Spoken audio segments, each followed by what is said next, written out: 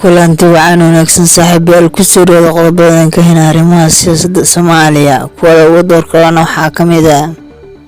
shirka wada shaqana oo maanta labaad kale iyo saddex biloodna uga qaybgalaya Foonaraga haddana maxay tahay sababta uu ku diidan uga qaybgalaya shirka Muqdisho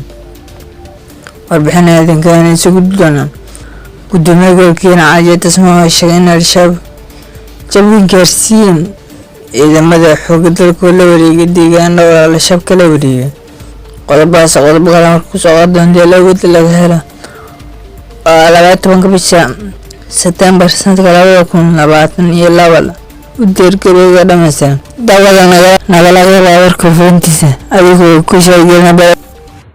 waxaa maanta laga shirka Malaysia wada shaqo ee u dhexeeya madaxweynaha Xasan Ra'iisul Wasaare Xamza Cabdi Barre iyo shinta madaxweynaha dowladda dalka shirkaasha ka furmaatay Soomaaliya ayaa madaxweynaha Puntland Muqdisho ka maqan oo qayb al-Sunniga waxayna si weyn looga hadlayay arrimaha amniga dalka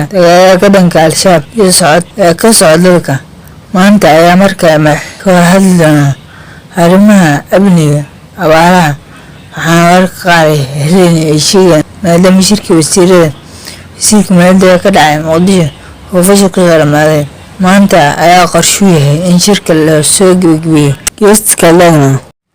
gudoomiyaha gobolka Hiiraan Cali Tasmaa oo helinay taliyaha guutashan qaybta 27 ciidanka xoogga dalka Soomaaliya iyo xildhibaan Cabdiqaadir Abuukar Dhigaweyne oo ka tirsan baarlamaanka dowladda Hirshabelle iyo mas'uuliyiin kale ayaa gaadheenka goob ee degmada Maxaasi gobolka Hiiraan gudoomiyaha gobolka Hiiraan saraakiisha halkaas ku soo dhaweeyay shacabka deegaanka iyagoo ku bogaadeen dadaalada mirdhalka leh ee wada gudoomiyaha gobolka Hiiraan saraakiisha halkaas ku soo dhaweeyay shacabka deegaanka iyagoo ku bogaadeen dadaalada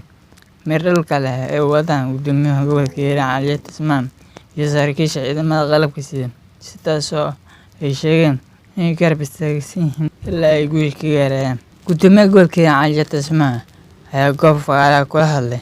ciidamada dib u xiraynta deegaanka